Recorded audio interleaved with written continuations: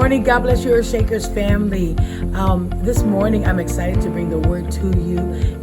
As I was preparing for the word, I remember and I recall the story about the people of Israel. God designed and purposed a better place for them to take them out of captivity and move them forward to a place that was promised. And I want to share with you today that we need to be intentional and moving forward, not looking back to the past, not looking back what could have been or our disappointments, but looking forward to what God has prepared for each and every one of us. Stay tuned. We're excited. I know God is doing a new thing. God bless. Thank you, Lord Jesus. Lord, we just take this moment to give you thanks. We just thank you this morning for you giving us life. Yes. For the ability of our limbs and the ability of our minds. And we are grateful, God. We don't let any frustration, no agitation, no mishap, no mistake, no disappointment, no past to deter us from what you want to say this morning. Yes. Lord, forgive us. Yes. We come with a clean heart and clean mind this morning. Giving you all honor and glory, not because of what you've done, but because simply of who you are. Yes. And Lord, we lift up our hands and we give you a worship. Yes. That not even the angels have the ability to give. Amen. Let the redeemed of the Lord say so. Yes. Amen Yes. and amen. This morning, I want to share a word with you that I believe that is related to the season that we are in. And we're moving forward. Amen.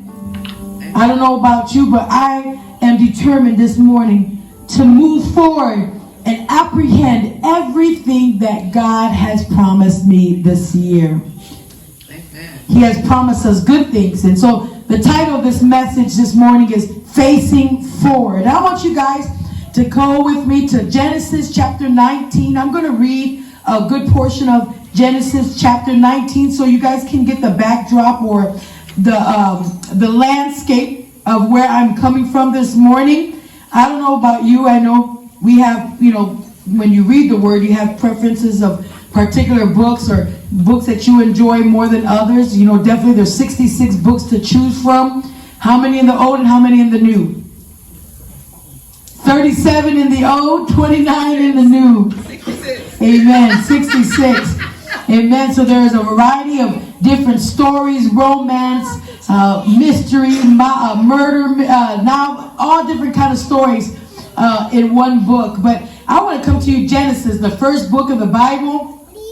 Genesis chapter 19, and we're going to kind of set the stage for the message this morning. But Genesis chapter 19 talks about Lot, and Lot was Abraham's nephew. Abraham is the forefather of the Israel nation, the Jewish nation, and we hear stories and we know about Abraham that God had promised him that his lineage, his ancestors his future generations would be so far and so grand they would not be able to be counted as like the stars in the skies. But Lot is a part of Abraham's storyline or lifeline. But Lot here in chapter 19, he finds himself in Sodom and Gomorrah. And we're not going to go into the details of Sodom and Gomorrah, but we know it was not a nation that was after God's own heart. How many know that sometimes it looks like that United States, I'm not talking about any other country, but I'm talking about the country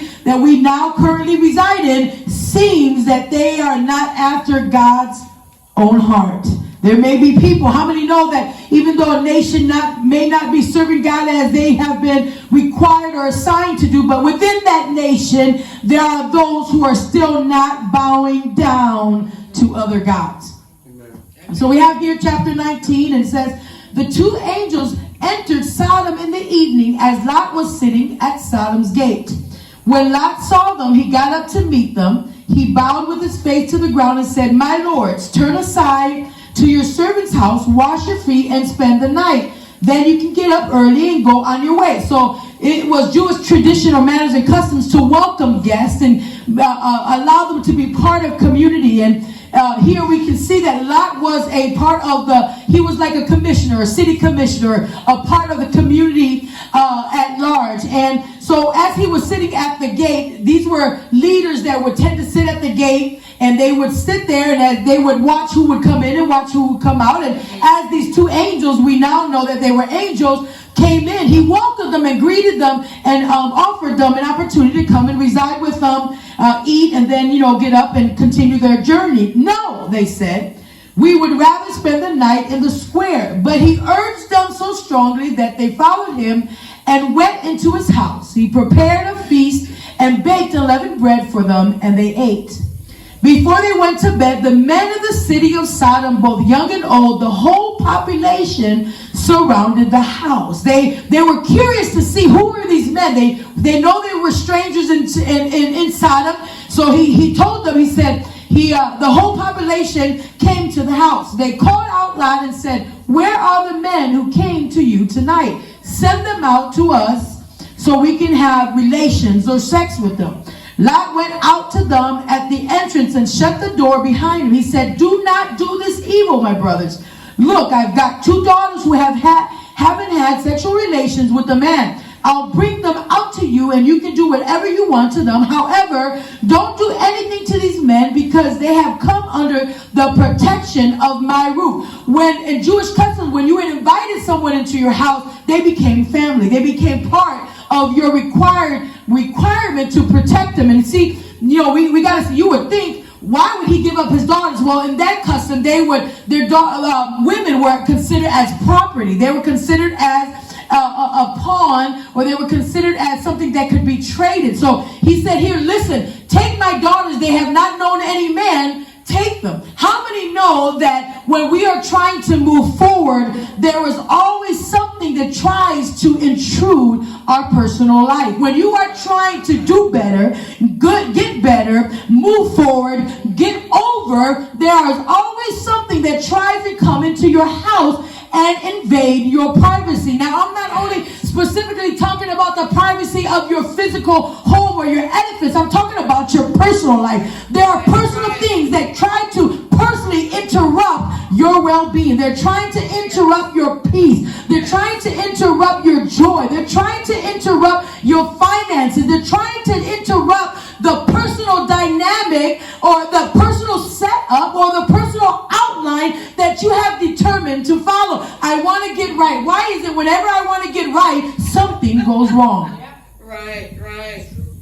He said, where are those men that have come into your house? The enemy knows that when you are trying to do right, he will come knocking at your door, trying to take what's on the inside and bring it out to the outside. An intimate place, personal, your home and your possessions.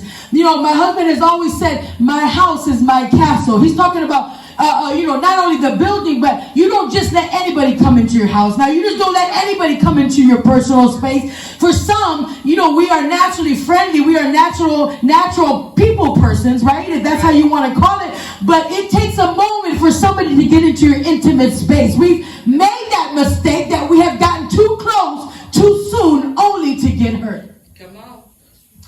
Protection comes from within. See, Lot closed the door and he said, no, they are under my protection. Blessing from the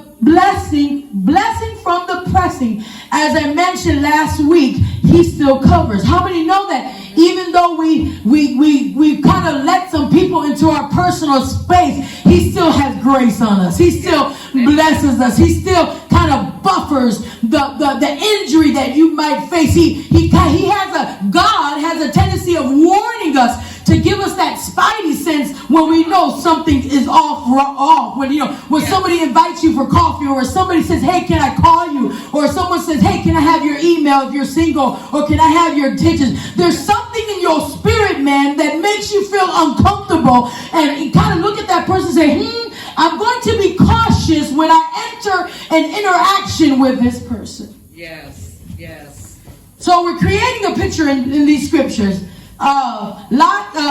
Verse 6 in Genesis 19 says, Lot went out to them at entrance and shut the door. We know that he offered his daughters. He said, get out of the way. They said, get out of the way. They said, this one came here as a foreigner, but he's acting like a judge. Now, we'll do more harm to you than them. Now, they were beginning to threaten not only Lot, but everything that was connected to Lot. See, sometimes God will cause some agitation in your life to push you to get up off of your high knee and begin to get in motion. Right.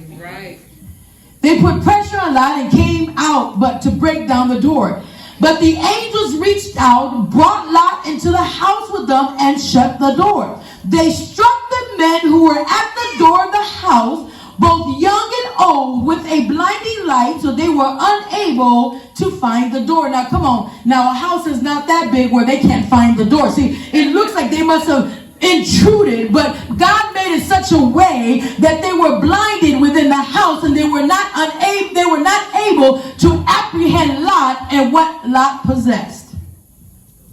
In this season of shakeup, storm and turbulence, wind, and the intensity of wind will come your way to try to bring down the doors or the protection of what God has set up. But you have to make a decision. It has to be made. Either you are going to move forward, either you're going to stay where you're at, or go back. Cars have a position. There are three particular primary positions in a car. Do you know what they are? Drive, reverse, and neutral. If you want to move forward, you have to drive toward your destination. You must shift the car in gear and be in the driver's seat. If you are wanting to move forward, you cannot be in neutral. You cannot be in reverse, because it is not the position that you need to be in, and you have to be in the car seat in order for God to move you forward. In other words, God will put you into drive and God will put the gas pedal, but you got to be in position. You got to be willing to move forward. You got to set in your mind that you are not going to act like you used to act. You are not going to comprehend like you used to comprehend. You are not going to move or position yourself in the back seat. Oh, I'm getting in the front seat because I want God to move me forward. Yes. You must choose. You won't go anywhere if you are in neutral. And you won't make it in reverse.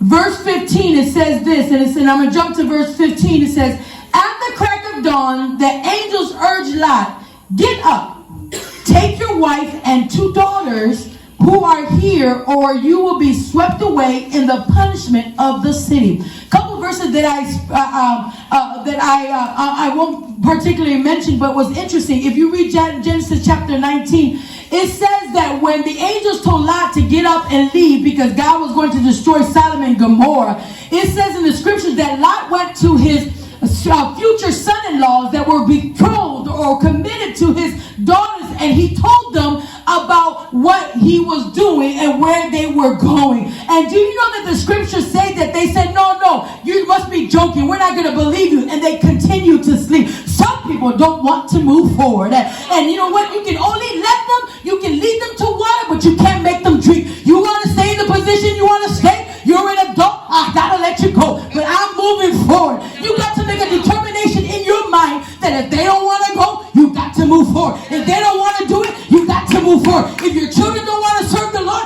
I love you, I'm going to pray for you, but I am moving forward. Come on now. See, Lot didn't say, well, I'm going to stay because they're staying. No, baby, no. He said they went back to sleep because they thought he was joking. He lingered. If you look at verse 15, it says that at the crack of dawn, it says that, but verse 16, and we're going through the Bible this morning, but he hesitated, so because of the Lord's compassion for him, the men grabbed his hand, his wife's hand, and the hands of his 2 daughters, and they brought him out and left him outside the city. Come on now. It says that he hesitated. He said, well, let me go get ahead and get my books. And, oh, wait a minute, let me go ahead and pack a lunch. And, oh, wait a minute, let me go take a shower and get some clothes and pack some clothes. No, when God tells you you got to move, you got to hurry up and move. That is why it's important for you to be ready. That's right. That's right. Lot was not ready to make the move.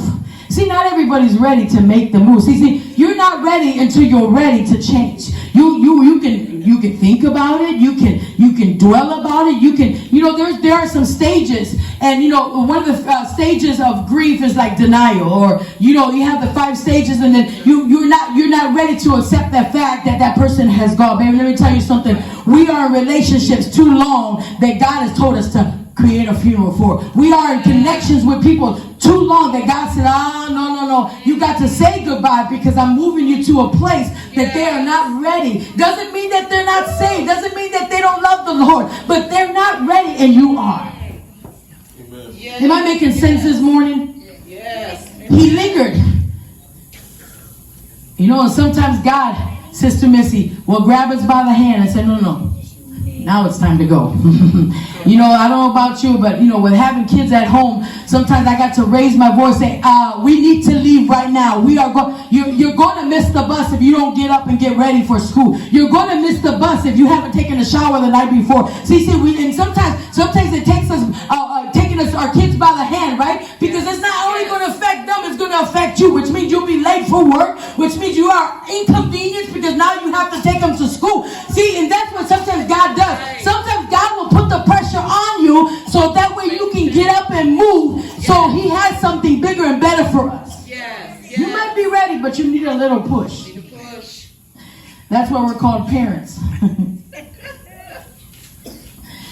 Verse 18. We still contend with God as if we know better.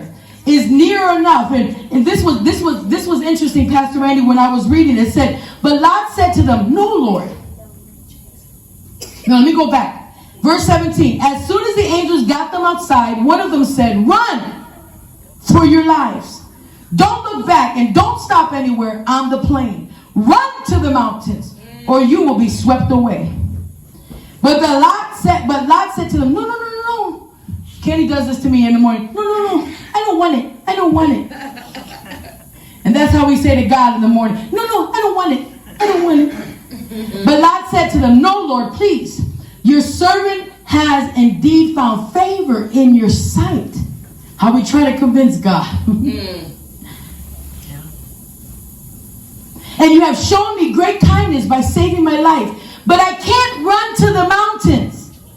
The disaster will overtake me and I will die. Look, this town is close enough for me to run to. It is a small place. Please let me go there. It's only a small place, isn't it? So that I can survive. And he said, all right, I'll grant you your request. But this matter too, and will not overthrow the town you mentioned. Hurry up, run there, for I cannot do anything until you get there. Therefore, the name of the city is Zor. We still contend with God as if we know better. Is near enough, but also near to Sodom. And one thing that I found interesting, he said, can we go over there because it's close enough for us to go? In other words, what Lot was saying is, listen, let us go to this area where we can still see Sodom from a distance. See, if you're up in the mountain, you can't see anything else but what's above you. But when you are in the plain, you will see everything around you. And see, what Lot was, he was still not convinced that God was going to destroy Sodom. So he said, let me go to Zor so I can still keep an eye on my path. See, God doesn't want you to be so close to your path that you will have the temptation to go back from where he delivered you from. Jesus. Come, ooh. He said, let me go to Zor. See, sometimes we like to hold on, Sister Reese. We like to hold on to our path because it's comfortable for us. So this is not a good feel message, but it's something that God was telling me. He was telling me, see, listen, we like to be in close proximity to our path because when we are scared of the future, it is easier for us to go back to our path. It is easier to go back to the attitude. It is easier to go back to the disappointment. It is easier to go back to the hurt. It is easier to go back to those negative relationships because it's something we understand. It's something we can comprehend. And what the future holds is the unknown and unexpected. That's why we don't change, Sister Mary, because we're too close to our past.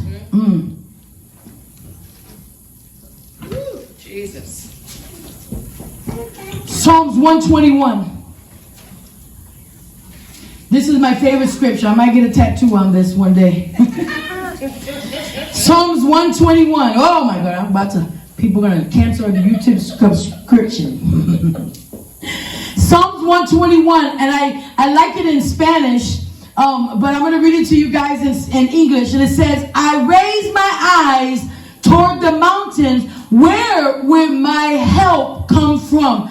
My help comes from the Lord, the maker of heaven and earth. He will not allow your foot to slip. Your protector will not slumber. Indeed, the protector of Israel does not slumber or sleep. The Lord protects you. The Lord is your shelter right by your side. The sun will not strike you by day or the moon by night. The Lord will protect you from all harm. He will protect your life. The Lord will protect your coming and going both now and forever. See, God wanted Lot to go to the mountain because, see, that's where the help comes from. That's where the shelter comes from. That's where the protection comes from. But see, Lot wanted to go to the plain land. God wants, see, and sometimes we will go where we want to go, and God will allow us to go where He wants, where we want to go, just to turn around and make us go where we are supposed to go. See, the people of Israel were supposed to go to the promised land. According to documentaries and commentaries, the promised land was about 2 weeks away from Egypt, but it took them 40 years because they wanted to do it their way. See, sometimes God can bless us because we want Him to bless us in our way. See, God doesn't bless us in our way because our way has an expiration date. But when God blesses us, when God moves us forward, when God gives us a bigger and greater thing, it's His way or no way. Okay, I'm preaching to myself this morning. That's good. That's good. That's why my cheerleader, Sister Mary, sits up front because see, sometimes you want to hear, yeah, you're saying it right. That's right. Look at this, verse 23. And I'm closing. The sun has risen over the land when Lot reached Zoar.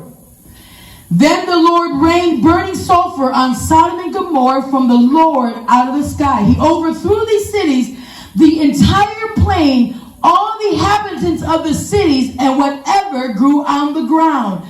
But his wife looked back and became a pillar of salt. See, we always talk about Lot's wife. See, but you guys fail to realize that Lot did the same thing. The same thing is that he was smart enough to at least get a distance away from Sodom and Gomorrah. But Lot's wife, the Bible says that she turned back and turned to the pillar of salt. And I said, God, where was she from? And when I looked up the information, where was Lot's wife originally from? The Bible said that she was a native of Sodom and, not the Bible, the commentaries say that she was a native of Sodom and Gomorrah. In other words, she was there. She grew up in Sodom and Gomorrah. She was conformed. She was created in that type of lifestyle. See, for some, it's hard to come out of something that they always ever knew. That's all they ever knew. But see, God was trying to tell Lot. See, Lot wasn't grown. He wasn't raised in Sodom and Gomorrah. So there was something on the inside of him that knew that some things were better. But Lot's wife grew up in that atmosphere, so she didn't know it was wrong. She didn't know that things were bad. She was with Lot, but Lot was not with her. See, the presence of God was with Lot, but the presence of God was not with her. And see, that what gave her, what happened was that it says, after seeing what was going on in the midst of all the turbulence and the decay and the destruction that was going on, she still looked back in an act of disobedience. My Bible version said that she foolishly and longingly, and I will add, she stubbornly and purposely looked back from where she came, baby. When you are in God's Bible says you are what? A new creature. Former things have passed away, and behold, something new. See, there are some friends you can't stay connected to. See, if you are a drug addict and God delivered you from a drug addiction, you can't be hanging around people who are addicted to drugs. If you were an alcoholic or you had a sexual addiction, you can't be going to porn movies. You can't be will arouse your flesh. See, when God is trying to take you away from something, sometimes he has to take you so far so you won't have the temptation to go back. Come on. Yes. There are some things in the past that if you dwell on too long will cause you to be stuck. The whys, the hurts, the disappointments. See, she was more concerned. And then the Lord revealed this to me. This is my personal interpretation. One of the things that held Lot's wife back from moving forward was the possessions that she came out of Sodom with. Sometimes we are weighed down with so many things in our lives. We can't even pick up speed because we are carrying the burdens of our past. But I'm talking about moving forward this morning. I'm talking about facing forward this morning. See, he lost his wife in the place of complacency. See, when they were on their way to Zoar, which is what he wanted, the Bible says that she turned around and became a pillar of salt. In other words, if you read commentaries, what they said was she was close to the destruction and the decay and the sulfur that was coming out of Sodom. And it says that it burnt her up. That when she died, her body, the sulfur, like the volcano stuff, it burned her and consumed her in pillar of salt. She was too close on her journey of moving forward. He lost his wife because he chose to go to the plain land. He lost his wife in complacency. See, you might be moving forward, but if you are too complacent in your velocity and your speed, you may lose some things along the way. You will lose the intended blessing in your own decision. Verse 15 through 18, Lot, he contemplated to go somewhere else. That is where she looked back. Verse 30, it says that Lot went up from Zoar and lived in the mountain. 15 verses later, Lot realized that where he should have been, he should have went in the first place. There were 15 verses in between. 15 minutes, 15 months, 15 years. How long has it been? You've had to pay the price for the decision not to listen to God and listen to yourself. Come on now. The first place he was supposed to go, he went 15 verses later. If he would have, Sister Mary, if he would have left, if he would have went where God told him in the first place, we got regrets. We got mistakes. We've made decisions. We've said things we shouldn't have said. We've done things that we should have done. And it cost us 15 verses. Come on, that'll be a preaching title, 15 verses in between. Your complacency will cost you. Looking to others will cost you. Making your own plans will cost you. Not looking forward will cost you. Verse 30, he was afraid to stay longer. The only time you should look back is to get someone else and pull them back. See, I'm not looking, people say, oh, God uses your past. Yeah, he uses your past, but you can't look back to your past on your own. You've got to look back in your past with God's eyes and see who can I go get and bring them out and take them to the mountain. See, that's the purpose that we are here. That's the purpose why we do what we do in Christian kingdom. That is why we live the life that we live. Not for us, but for all those who are attached to us, Sister Mary. For our children and our children's children, our grandchildren, and for those people who cannot help themselves. That's the only time you need to look back, is to look back and see who you can bring out and take them to the mountain. And I leave you with this. You cannot stay, Lot's wife is the nature of Sodom. You cannot stay connected to where God has taken you from if he's delivered you. I looked up the meaning of deliverance, and it says to hand over. When you are fully delivered, you hand over to God something that you cannot take back. See, that's what they call Indian givers, right? An Indian giver says they'll give it to you, then they'll, I want it back. See, sometimes kids do that. They're like, Mommy, hold my money, or Mommy, give me some money, and then they when they want, oh, I can have it back. No, you wait wasted that money when you bought that pack of candy. They haven't been delivered yet. Deliverance means to save, rescue, or set someone free. How many know he set us free from our past?